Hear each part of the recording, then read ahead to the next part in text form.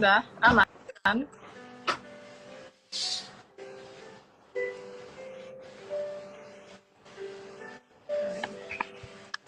Halo Icil. Halo Adel. Ingat kalian nonton. Halo.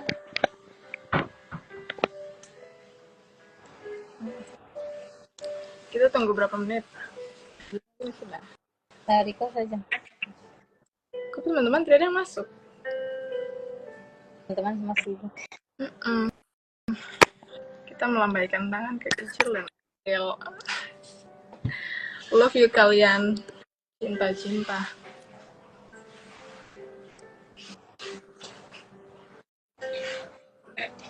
Cinta-cinta mereka.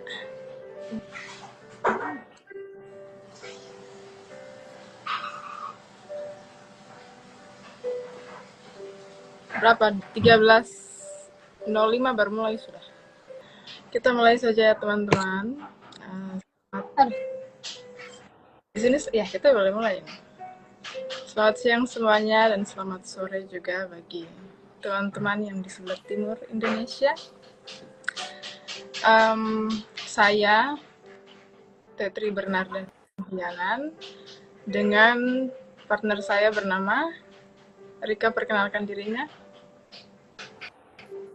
Perkenalkan, nama saya Rika Iro. Oke. Di sini kami ingin mengucapkan terima kasih karena telah mau gabung di live kami ini untuk membahas refleksi design thinking. Saya harap teman-teman semuanya senang, suka dengan kita punya live. Kita berdua berharap seperti itu. Dan juga terima kasih telah menyempatkan waktu kalian ya, waktu berharga kalian. Oke, di dalam live-nya kita boleh makan dan minum ya Rika. Ya. Kalau misalnya Rika lapar, ya silahkan. Oke. Kita akan menemani kalian selama 1 jam ke depan. Jadi teman-teman tolong, mari kita manfaatkan waktu ini dengan baik. Bagaimana Rika, setuju? Setuju, Petri. Oke, mantap. Jadi kita mau bahas topik. Jadi hari ini kita akan sharing singkat dulu mengenai proses design thinking. Terus sekaligus nanti saya dan Rika akan sekalian berefleksi bersama tentang proses design thinking kita. Oke, Adel semangat. Iya, semangat. Makasih ya. Oke.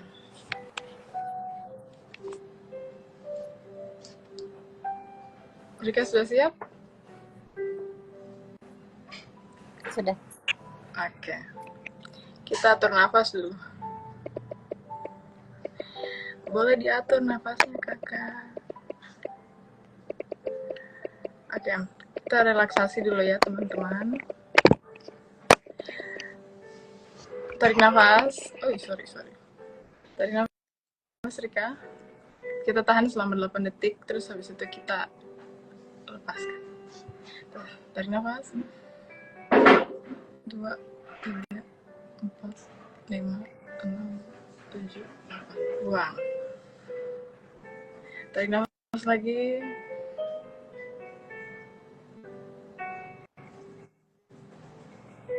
8, buang. Oke. Terima kasih atas partisipasinya teman-teman. Oke.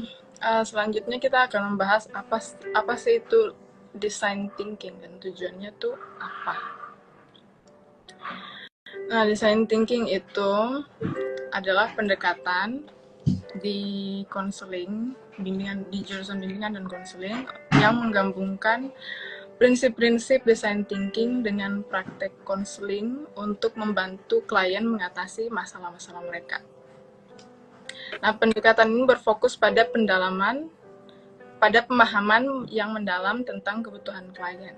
Terus kita nanti akan kayak berkreasi begitu dengan ide-ide, terus kita cantumkan ke mind mapping, nanti ada tahapnya, terus habis itu kita masuk di pengujian solusi. Gitu teman-teman. Oke, tujuannya tadi saya sudah jelaskan ya. Tujuannya tuh yang tadi saya sudah jelaskan, yaitu untuk membantu klien mengatasi masalah mereka. Saya pikir saya lupa untuk menjelaskan. Oke, selanjutnya Rika ada yang mau kita tambahkan?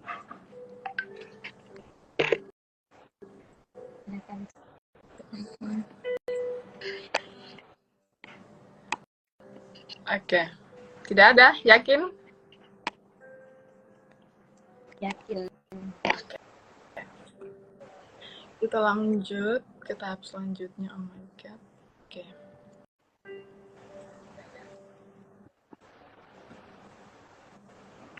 Rika sudah makan? Sudah tadi sudah makan. Sekarang di kos? Iya, di kos. Oke. Mantap sudah. Oke, kita masuk ke poin-poin utama. Jadi di design thinking itu ada suaranya Rika kecil sekali dari Zack. Nanti Rika coba Kalau tolong. Oh, udah. Lumayan.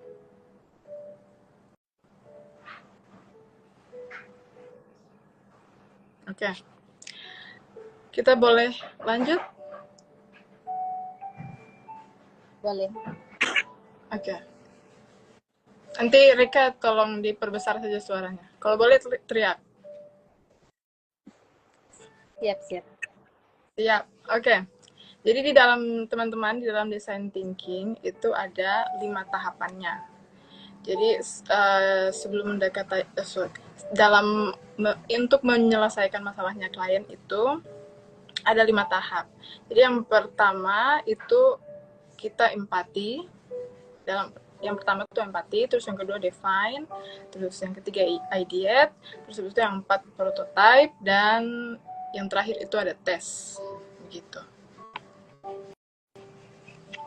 Oke, jadi untuk yang poin pertama, saya akan serahkan kepada Rika untuk menjelaskan mengenai tahap ini. Waktu dan kesempatan saya persilahkan. Rika. Suara saya udah kedengaran nggak? Coba kasih besarin lagi, keraskan. Suara saya sudah kedengaran sekarang? Ya, lumayan, sudah bisa. Oke, kalau gitu yang pertama itu tahap empathize, yaitu empati. Pengertiannya sendiri itu tahap ini adalah memahami secara mendalam tentang pengalaman, kebutuhan, dan tantangan pengguna. Ini dilakukan dengan berempati dan mengamati secara langsung bagaimana pengguna berinteraksi dengan lingkungan mereka. Tujuannya sendiri untuk memastikan bahwa tim desain memiliki pemahaman yang kuat tentang pengguna mereka. Tujuan utamanya adalah untuk merumuskan masalah yang spesifik yang harus dipecahkan dalam desain berikutnya, nanti tahap berikutnya. Seperti itu teman-teman, yang sebagaimana sudah dijelaskan oleh Kakak Rika Insos dia.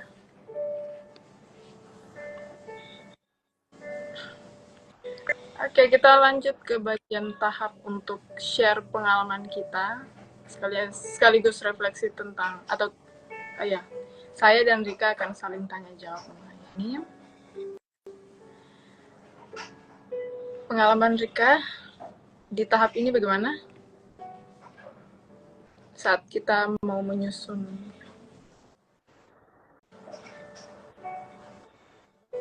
Rika boleh menceritakan pengalamannya? Pengalaman saya di tahap empathize ini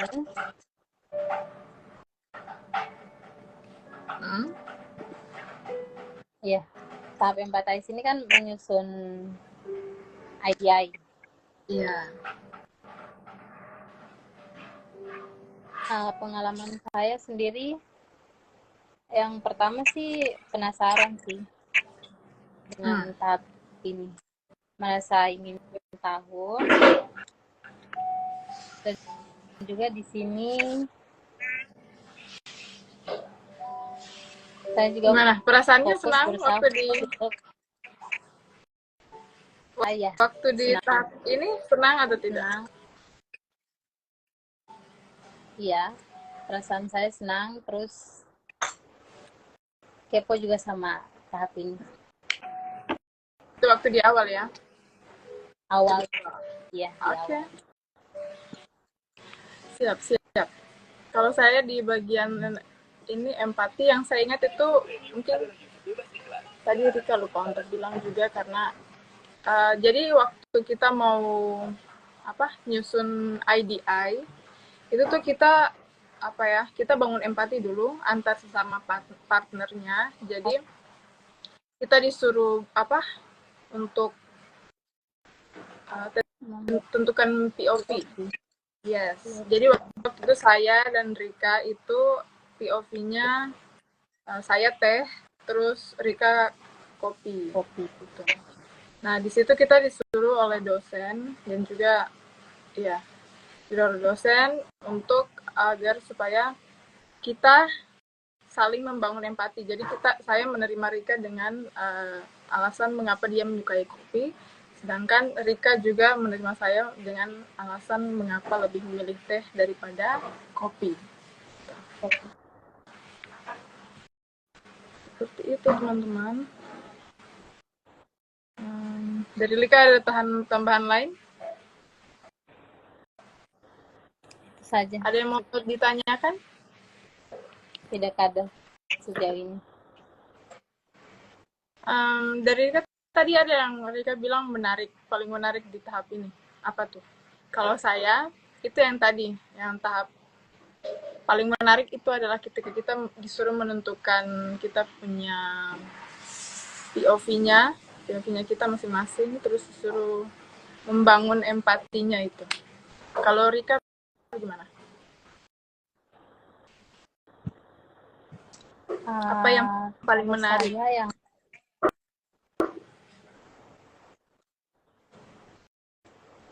ya kita harus menerima perbedaan, seperti tadi saya menyukai kopi, Petri menyukai teh. Teh, yes. Oh, berarti sama ya dengan saya. Iya. Oke? Ya? Gimana?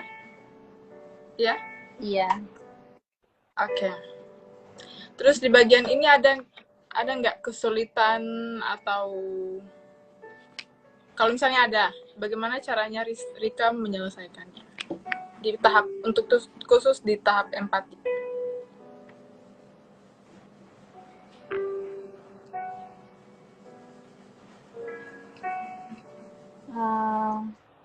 Kalau di tahap empati sih di tahap IDI tadi. Oh ya ya ya. Oh, jadi teman-teman di bagian tahap IDI itu kita disuruh interview. Di dalam interviewnya itu juga ada poin-poin kayak nanti kita introduce kita punya diri, memperkenalkan diri kepada partner. Terus habis itu nanti kita pelan-pelan begitu ya, membangun kayak building rapport gitu, membangun kepercayaan supaya klien kita atau partner kita ini mau bicara dengan kita gitu. Terus habis itu kita menjelaskan mengapa kita melakukan sesi konseling atau wawancara. Terus habis itu kita pelan-pelan setelah mendapatkan dia punya kepercayaan, kita pelan-pelan untuk mencari tahu apa yang dia suka. Itu ada di Evoke Stories. Terus habis itu ada setelah cari tahu apa yang dia suka, kita tanya apa yang kita tanya lebih dalam, apa apa dan mengapa dia bisa suka untuk menyukai suatu hal. Kayak misalnya pertama kita tanya dia, pelajaran apa yang kamu suka di sekolah. Nah, kalau misalnya dia bilang bahasa Indonesia, nanti kita tanya, mengapa kamu suka bahasa Indonesia? Gitu. Gitu, teman-teman. Jadi setelah tanya lebih mendalam, kita memberikan kesimpulan sedikit. Terus habis itu kita berterima kasih atas waktu dan kesempatan yang telah mau partner kita berikan untuk kita. Kurang lebih itu untuk tahap empati. Ya. Halo Kak Grace. Oke. Nah, di dalam tahap empati ini juga kita disuruh untuk, kita kan punya permasalahan nih banyak, kan? Tapi kita hanya disuruh untuk dibilangnya tuh kurang lebih 5 masalah yang harus kita di dalam interview itu nanti ketahuan. Gitu. Jadi Rika 5 permasalahannya, terus saya 5. Gitu. Permasalahan yang paling utama. Nah, seperti itu. Nah, dari saya ada pertanyaan nih, Rika.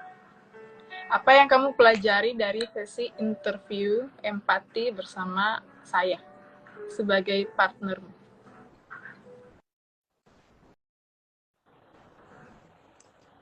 Yang saya pelajari bagaimana membangun empati, di mana kita berusaha untuk menghargai dan mendengar jawaban atau cerita dari partner. Oke. Kurang lebih saya juga sama seperti Rika.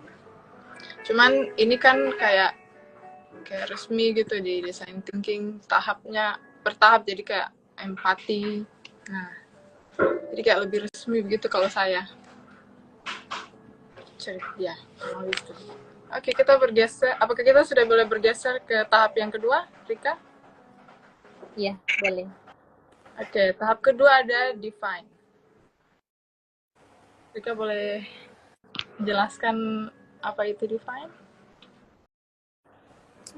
Tahap define ini tahap di mana melibatkan atau merumuskan masalah dan tantangan yang telah didefinisikan selama tahap empati itu berlanjut. Menjadi pernyataan yang jelas dan bisa diukur. Ini membantu menetapkan arah dan tujuan yang jelas untuk mengembangkan produk atau layanan.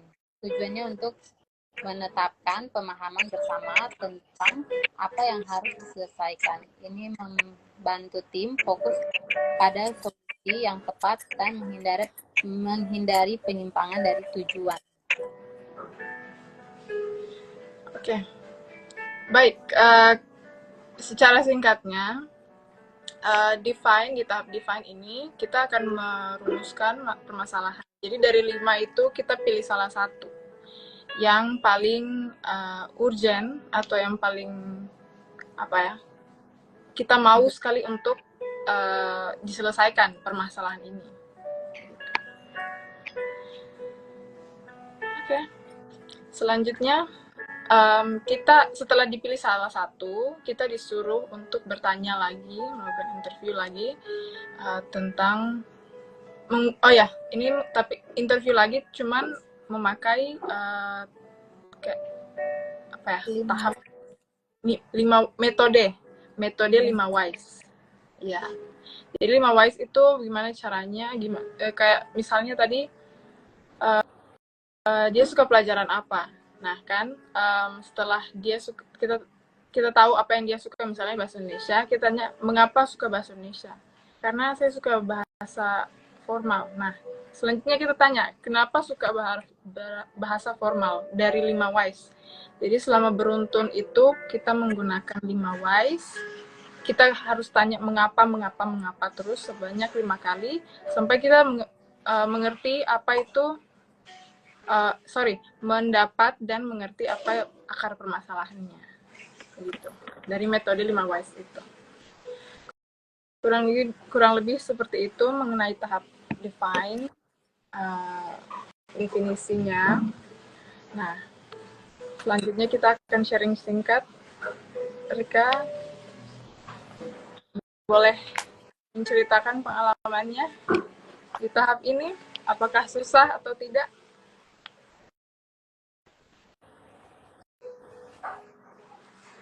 SND Kalau kesini. Hai, suster. Halo, Omim. Boleh dipersilahkan, Rika? Minta maaf tadi. nggak apa-apa. Kalau di tahap ini sih, menurut saya agak susah sih. Karena kan dari tahap tadi empathize itu kan kita pilih 5 masalah. Terus tiba-tiba pindah ke satu masalah. Jadi harus harus kembali interview atau wawancara partner lagi dari akar masalah apa yang menyebabkan dia seperti itu, akar masalahnya, untuk mendapatkan akar masalah. Oke. Itu dari Rika. Kalau dari saya, di bagian ini agak susah-susah gampang juga mengenai define. Itu kayak karena apa ya, dari 5 kita dapat 1, terus kayak kalau misalnya nih kita sudah mendapatkan 5 why, kayak kita sudah tanya menggunakan 5 whys, tapi akar masalahnya tuh ternyata partnernya kita tuh belum, akar masalahnya tuh belum tercapai gitu. Jadi dia masih kayak resistance, atau itu dalam BK apa istilahnya, resistance itu artinya kayak dia masih defense, melakukan pertahanan tentang permasalahannya gitu. Dia kayak tidak mau jawab secara jujur. Nah, kalau misalnya itu tuh agak susah, jadi kayak susah-susah gampang. Nah, bagaimana caranya Rika menentukan presenting problem yang paling urgent? Dari Rika, bagaimana? Waktu itu kita disuruh bagaimana, Rika? Yang paling, kalau dari pengalaman saya sendiri, saya wawancara, terus memang tanya ke partner juga masalah mana yang mengganggu dia, yang mau diselesaikan, ya yang mau diselesaikan. Oke?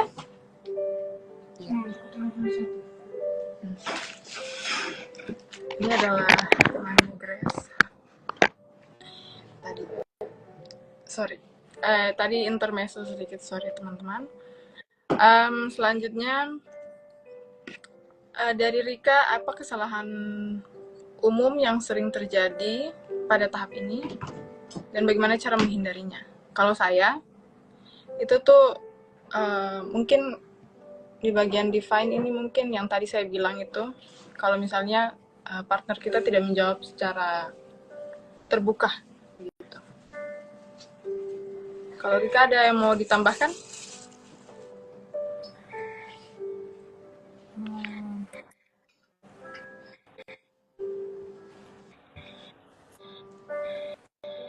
Iya sih, kalau saya juga sama ya.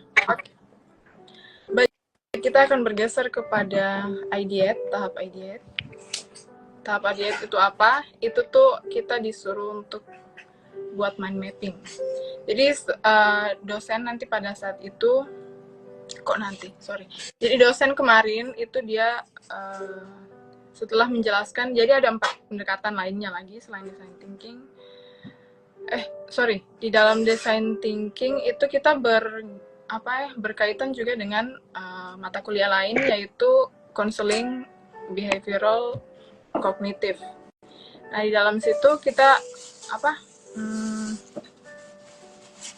ada pendekatan-pendekatan lain lagi selain cuma design thinking gitu. Jadi kita setelah mendapatkan itu apa namanya?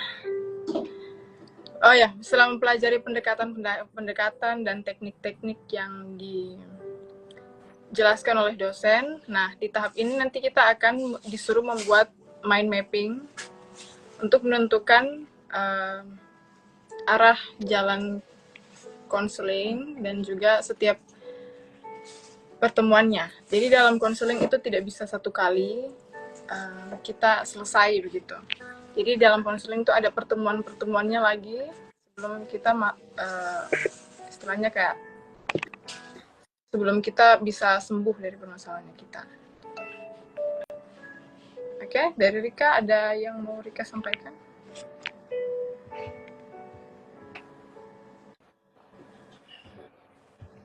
Iya, kurang lebih sama sih. Karena kan sebelum memulai sesi konseling juga kita harus membuat tahap-tahapnya seperti pertemuan-pertemuan 1 sampai 5. Oke. Nah, dari sekarang kita mau refleksi bagi pengalaman dari Rika, kan ada di dalam KBK kita berkaitan ke mata kuliah lain ya teman-teman, karena memang saling berkaitan. Ada di dalam mata kuliah KBK itu pendekatannya tuh kan ada 4. CBT, Cognitive Behavioral Therapy, REBT,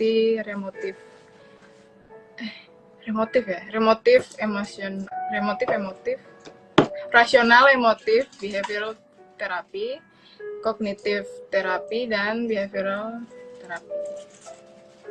Nah, dari Rika dan teknik-tekniknya setiap pendekatan itu dari Rika, bagaimana caranya Rika untuk memahami pendekatan itu satu persatu? Kalau dari saya sih kayaknya saat dosen menjelaskan sih ya, lebih bagus kita fokus ke penjelasan dosen.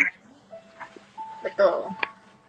Dan juga belajar ulang lagi kalau bisa, belajar di rumah kalau sudah di luar dari perkuliahan kelas.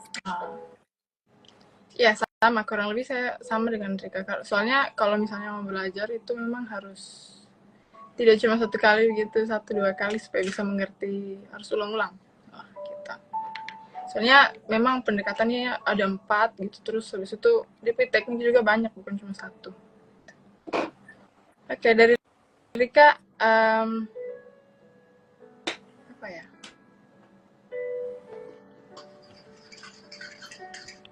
Ada yang Rika mau tanyakan?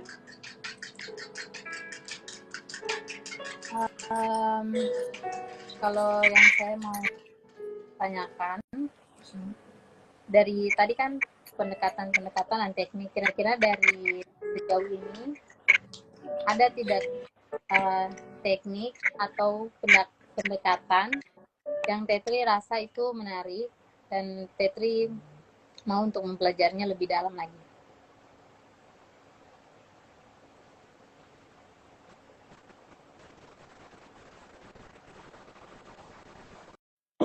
Baik, kalau dari saya itu tuh pendekatan REBT itu yang agak lumayan susah sih. Tapi itu berkaitan dengan perasaan. Jadi kayak bagi saya tuh lebih menarik gitu daripada yang lainnya. Gitu. Pertanyaan yang kedua, kenapa tadi? Selain menarik tadi? Iya, menarik dan Tetri mau untuk mempelajarinya lebih dalam. Itu. Ya, itu kurang lebih gitu. Mungkin karena susah kayaknya. Karena susah makanya saya kayak seperti menantang diri ya. Karena susah mungkin. Soalnya itu kan di dalamnya tuh polanya A, B, C, D, E, F. Nah, sampai F tuh. Nah, sudah. Oke, kita lanjut, mengingat waktu harus ini dihemat-hemat. Jadi mari kita lanjut ke bagian prototype. Oke, di bagian prototype kita masuk di tahap yang sudah keempat. Nah, di bagian prototype ini kita disuruh untuk buat panduan perlakuan, terus RPL dan skenario. Nah, panduan, oh ya, sebelumnya bahas dulu apa itu prototype. Prototype itu kayak barang yang kalau sebelum kita mau jual gitu, nah kita buat dulu prototype-nya gitu. Jadi sebelum kita jual, kita buat dulu kayak contoh sebelum kita jual. Sederhananya seperti itu. Nah, di sini contohnya kita, prototipenya kita itu menggunakan panduan perlakuan, terus RPL, dan skenario. Panduan perlakuan itu apa? Itu kayak seperti apa, Rika, panduan perlakuannya? Seperti dengerin podcast pokoknya Hah? sebelum memulai konseling. Iya. Iya, sama kayak tahap konseling. Oke.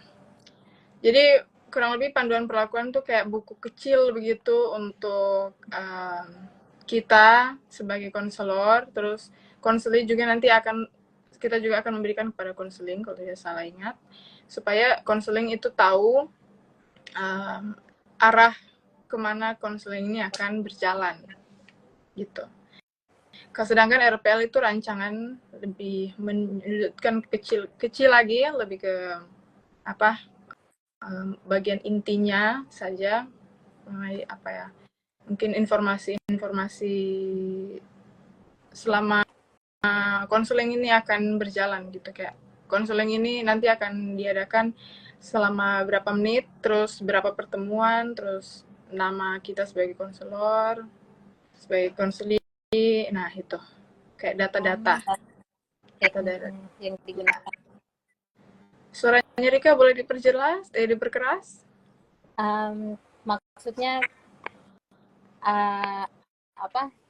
tentang teknik yang nanti digunakan, pendekatan dari empat pendekatan itu apa yang salah satunya apa yang akan digunakan nanti selama berjalannya konseling itu. Pintar. Oke. Kurang lebih seperti begitu mengenai definisi prototype itu seperti apa. Selanjutnya kita akan melangsungkan refleksi. Dari Rika, ya saya tahu ya buat panduan perlakuan dan RPL skenario. Oh ya, tadi lupa untuk menjelaskan soal skenario ya. Skenario itu kayak pada satu pertemuan kita disuruh buat kayak semacam tabel begitu, kayak hasil rekaman dari kita punya konseling. Jadi apapun pembicaraannya itu kita perkataannya itu kita disuruh tulis buat kayak laporan supaya diserahkan gitu kepada dosen gitu. Nah, dari Rika kita masuk ke itu tadi refleksi panduan RPL, terus skenario panduan perlakuan RPL dan skenario itu bagaimana cara Rika mengatasinya. Kayak kan itu susah. Bagaimana caranya Rika untuk tetap bisa menyelesaikan tugas-tugas itu waktu itu? Kalau untuk pembuatan panduan perlakuan, RPL, dan skenario itu memang kalau menurut saya sendiri itu, bukan saya sendiri, teman-teman juga itu berat. Karena benar. Ya, karena itu memang baru ya buat kita, kayak buat panduan perlakuan, RPL, dan skenario. Terus juga, karena di situ juga posisinya dosen juga baik, karena kasih perpanjang waktu. Jadi, iya, kalau dari waktu sendiri. Sorry teman-teman, tadi ada intermezzo sedikit. Dari Rika, tadi bagaimana? Yang paling Uh, yang paling tadi skenario ya? di tekniknya, karena waktu itu kan sudah di pertengahan, terus tekniknya diubah lagi, makanya harus buat Oh, lagi dari awal. Itu sih oh tantangan bagian saya. revisi. Iya. Oke, oke, oke. Siap, siap, siap. Waktu kita menunjukkan 20 menit lagi. Kita harus gas dari sini. Nah, ada lagi yang saya mau tanya. Informasi apa saja yang harus dibutuhkan dalam menyusun ini? Panduan perlakuan, RPL, dan... Atau jangan itu deh. Pertanyaannya, kesalahan apa saja kesalahan yang harus dihindari saat melakukan itu? Ketiga hal tadi. Dari Rika?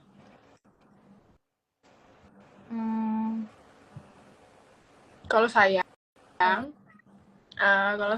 itu kalau misalnya tidak mendapatkan umpan balik dari teman-teman, nah itu agak susah. Nah terus kalau misalnya kita juga tidak mendengarkan umpan balik mereka, nah itu juga akan susah dalam suksesnya prototipe yang kita buat. Gitu. Ada yang mau Rika tambahkan? Kalau saya sih kurang lebih sama kayak waktu itu kita buat peer kritik. Peer kritik. Iya. Oh iya. Oh iya, ya. Jadi Saling suruh. mengoreksi Ya, panduan kelakuannya. Jadi betul. kekurangannya apa yang harus ditambahkan lagi dalam panduan perlakuan, RPL, dan skenario. Oke. Oke, kita bergeser ke tahap yang paling terakhir, yaitu tahap tes. Nah, di tahap tes itu, jadi setelah jadi contohnya, prototipenya, kita akan tes. Gitu.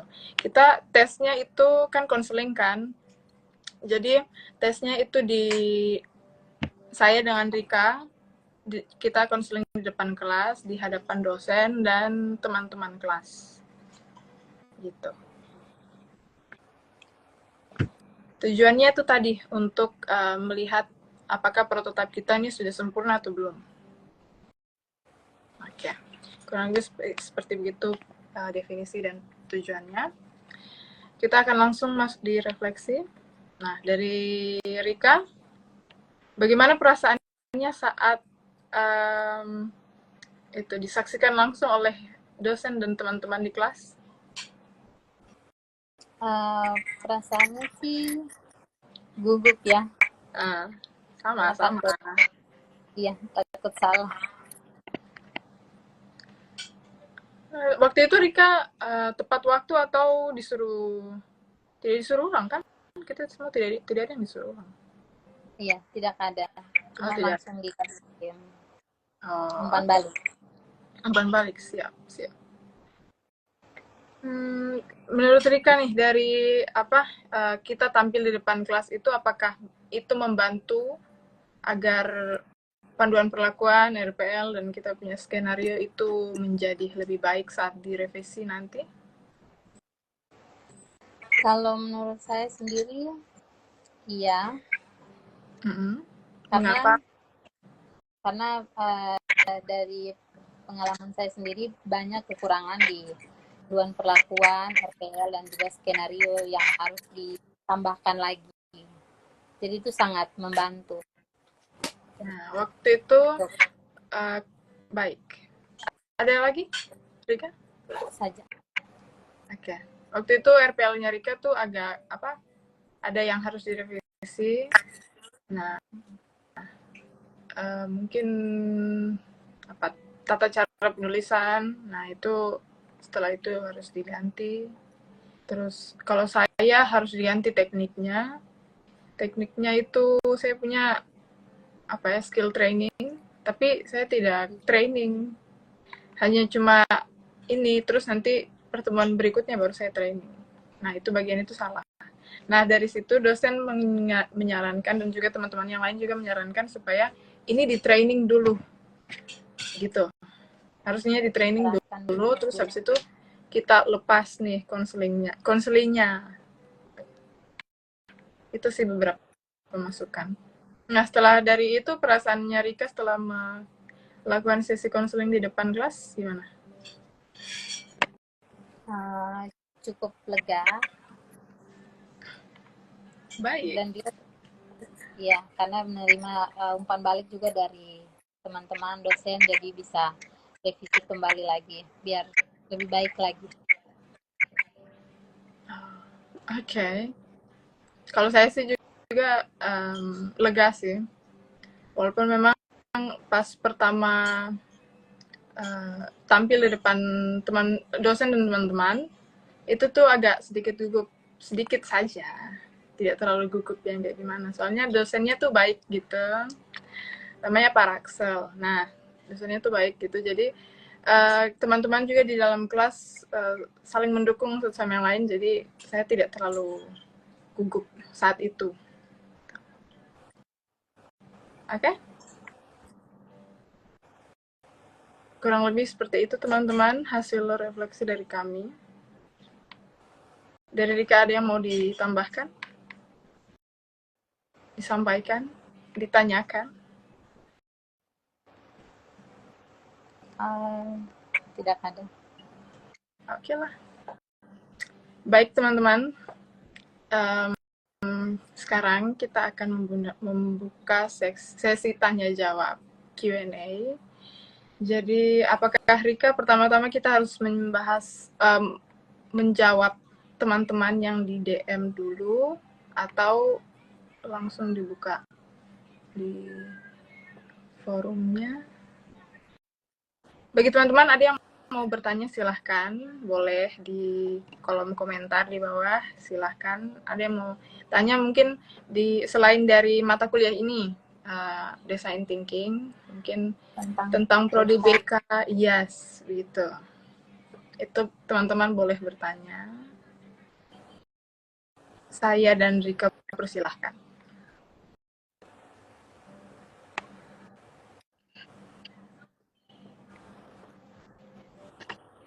Kemarin itu ada yang bertanya mengenai sabar, saya ambil dulu pertanyaannya dari Kak Kathleen. Bagaimana caranya kalian melakukan refleksi belajar gitu. Jadi Kak ada yang mau disampaikan mengenai hal itu. Bagaimana apa tadi? Gimana cara kalian melakukan refleksi belajar?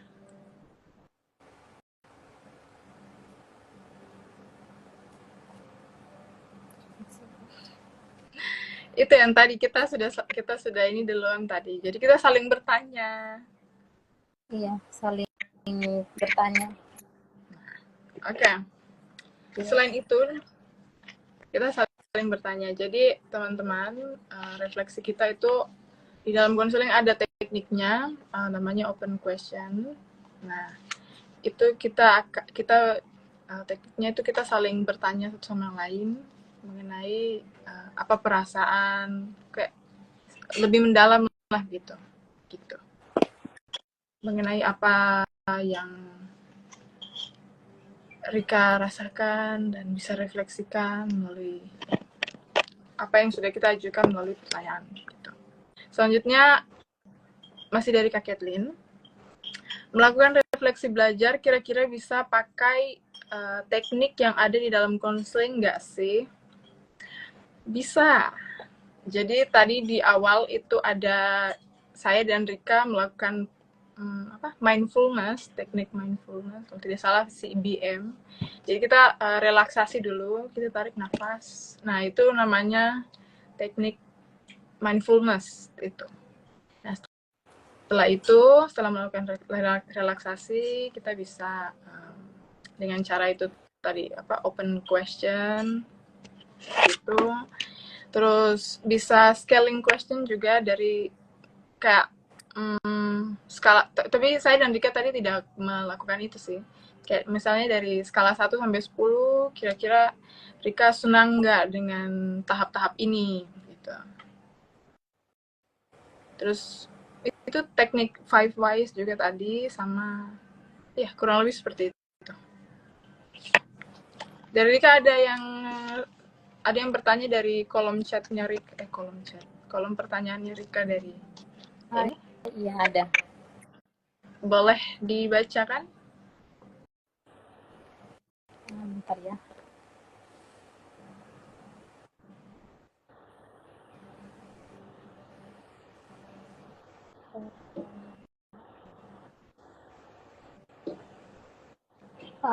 Ini dari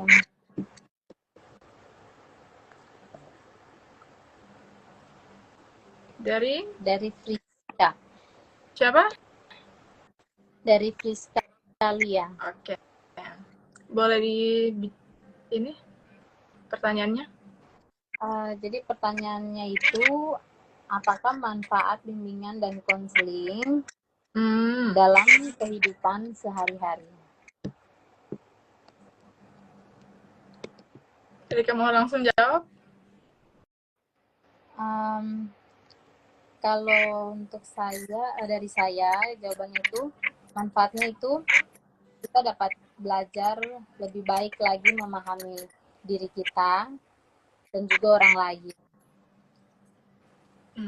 Terus dalam bimbingan dan konseling ini juga kita dapat membantu kita meningkatkan bagaimana cara kita berinteraksi dengan orang lain dan juga membangun rasa empati kita. Iya, betul. Jadi dulu juga kan saya juga kan introvert gitu ya. Sebenarnya juga saya tidak mengekspek bahwa nanti kita ternyata harus banyak berinteraksi dengan sesama begitu. Jadi, nah itu di dalam sesi lagi jurusan ini itu melatih saya juga untuk semakin berinteraksi dengan orang lain, gitu. Semakin melatih, walaupun dulu tuh saya kayak menolak begitu dengan orang baru mungkin gitu. Saya sih begitu, jadi harus melatih terus menerus. Tapi sekarang sudah mulai bisa. Ada lagi yang bertanya di kolom pertanyaannya Rika? Ada. Itu dari Omince. Omince. Kakak tingkat kita ya? Iya. Kalau masuk jurusan BK itu persyaratannya apa? Jurusan BK persyaratannya apa? Hai Kak Fani. Halo Kak Fani. Boleh Rika dijawab pertanyaannya? Persyaratannya dokumen-dokumen, berkas-berkas. Terus bercanda. Ikut seleksi juga ya untuk masuk. Terus ya kurang lebih mungkin ada niat sih. Karena kita juga kan di BK juga itu kita belajar tentang perilaku manusia, terus interaksi dengan sosial juga. Baik. Kalau saran dari saya, perbanyak dan perluas skill yang kalian punya sebelum masuk di bimbingan dan konseling itu, karena memang butuh skill yang mungkin dalam skill berkomunikasi itu memang harus sangat diperhatikan kalau dari saya gitu, dan mentalnya harus memang dipersiapkan yang betul tadi yang tadi Rika bilang, harus ada niat. Iya. Nah, ada lagi pertanyaan dari, apakah ada kesulitan dalam proses desain? Itu dari siapa ya? Saya lupa. Apakah ada kesulitan dalam proses design thinking? Ada itu yang tadi bagian panduan perlakuan, RPL dan skenario. Nah, itu tuh kita ada deadline-nya. Deadline-nya itu gitu ya. Deadline-nya sangat-sangat, saya sampai tidak bisa berkata-kata tentang deadline-nya. Dan itu panduan perlakuannya itu kan kalau misalnya kita melakukan sesi mungkin 5 sesi. Nah, selama 5 sesi itu kita harus cantumkan apa-apa saja yang akan kita lakukan selama itu. Mulai dari pembuka, isi, penutup, nah itu semua harus lengkap. Itu. Nah, dari pandangan, dari POV-nya, oh ini dari Novi nih, Novia Mirong. Dari POV jurusan BK, seberapa penting konseling bagi orang-orang khususnya anak-anak? Kalau saya, izinkan saya menjawab, kalau yang mengenai hal itu, seberapa penting. Dari skala 1 sampai 10, 10. Kenapa? Karena ini penting juga bagi untuk merawat dan memelihara jiwa-jiwa kita ini supaya tetap sehat di tengah kerasnya dunia ini. Kurang lebih seperti begitu. Nah, lagi dari Novi kalau tidak salah ini, materi apa yang paling susah sejauh ini apa dan bagaimana cara menghadapinya? Kurang lebih itu tergantung sih dari niatnya seseorang. Kalau dari saya, kurang lebih hampir semuanya itu sama, susah-susah gampang. Kalau menurut Rika sulit ya, kalau dari saya itu semua hampir sama, susah-susah gampang. Tergantung kembali lagi ke niat masing-masing yang mau. Benar, sangat-sangat benar, betul. Ada lagi dari kolom chatnya Rika? Kalau dari saya itu ada yang tanya apa itu bimbingan dan konseling. Bimbingan dan konseling saya. Rika boleh dijelaskan? Explain.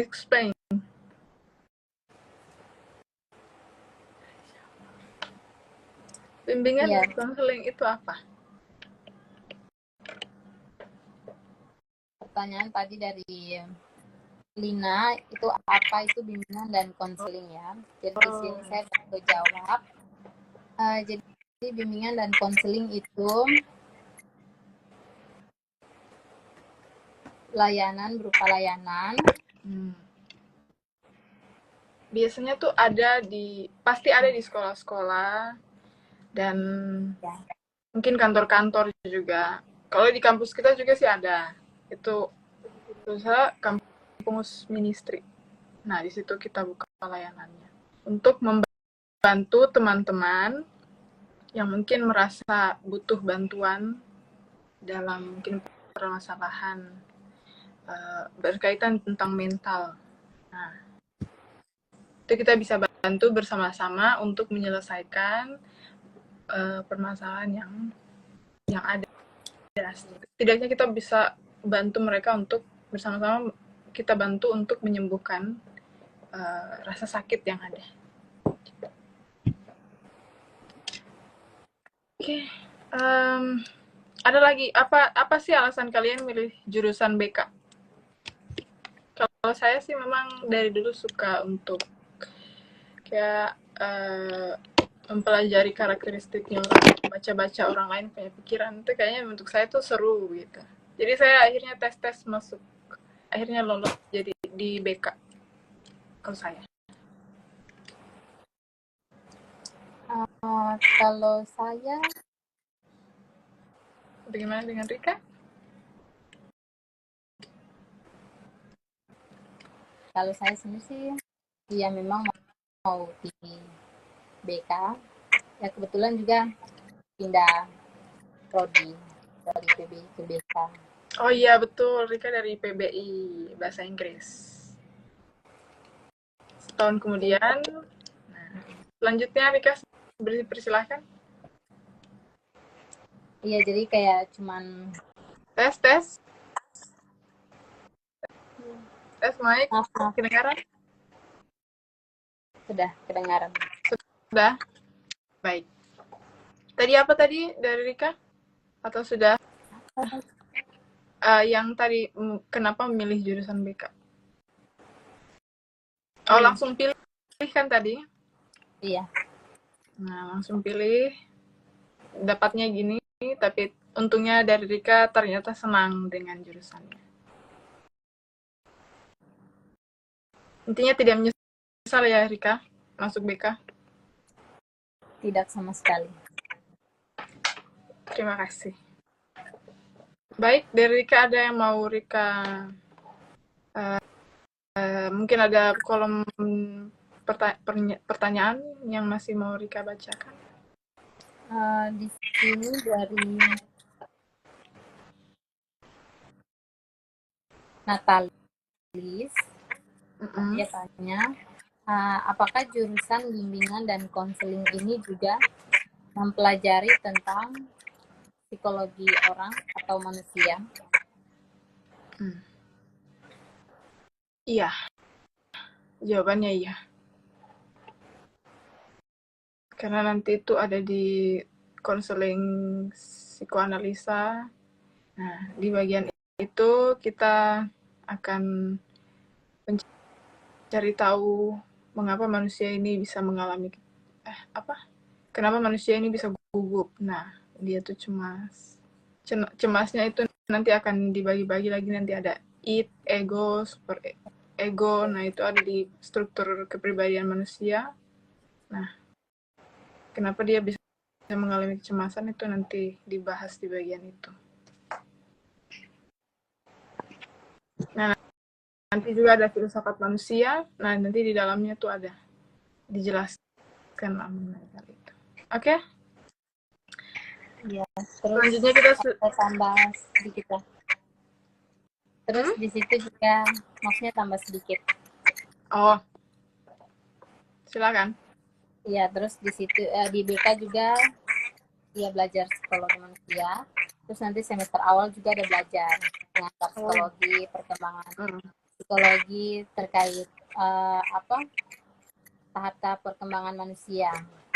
Terus dari sisi emosionalnya, biologisnya, kognitifnya. Ya, betul. Itu yang nanti di semester 2. Tentang kognitif, tingkah laku, dan sosial emosional itu, ya, karakteristik. Oke. Sesi live-nya kita sudah bisa tutup hari ini. Dari Rika ada yang mau ditanyakan? Sejauh ini tidak ada. Disampaikan juga nggak ada? Di mana? Disampaikan. Mungkin ada yang sepatah. Oke. Baik teman-teman, terima kasih telah bergabung di live kami. Saya Tetri dan Rika, partner saya, dalam live refleksi bersama kami refleksi desain thinking. Terima kasih teman-teman yang sudah menonton, terima kasih yang sudah bergabung dan juga sudah mengirimkan kami beberapa pertanyaan yang akhirnya kita bahas di live ini. Terima kasih atas partisipasinya juga Rika. Mohon maaf teman-teman jika ada salah kata. Ya Rika, boleh? Iya. Terima Rika juga Petri dan juga teman-teman atas partisipasinya dalam memberikan jawaban dan juga menonton secara langsung kita hari ini, dan juga mohon maaf jika ada salah kata dari saya dan juga partner saya Petri. Mohon maaf. Oke, kalau misalnya ada teman-teman yang ingin lanjut mau bertanya-tanya mengenai design thinking atau tadi yang mengenai prodi kami bimbingan konseling, silahkan boleh bertanya ke kami di DM. Gitu. Oke, baik teman-teman, sampai jumpa di lain waktu. Sesi live-nya kita akan akhiri. Terima kasih Rika. Terima kasih. Sampai jumpa. Terima kasih teman-teman. Dadah. Dadah.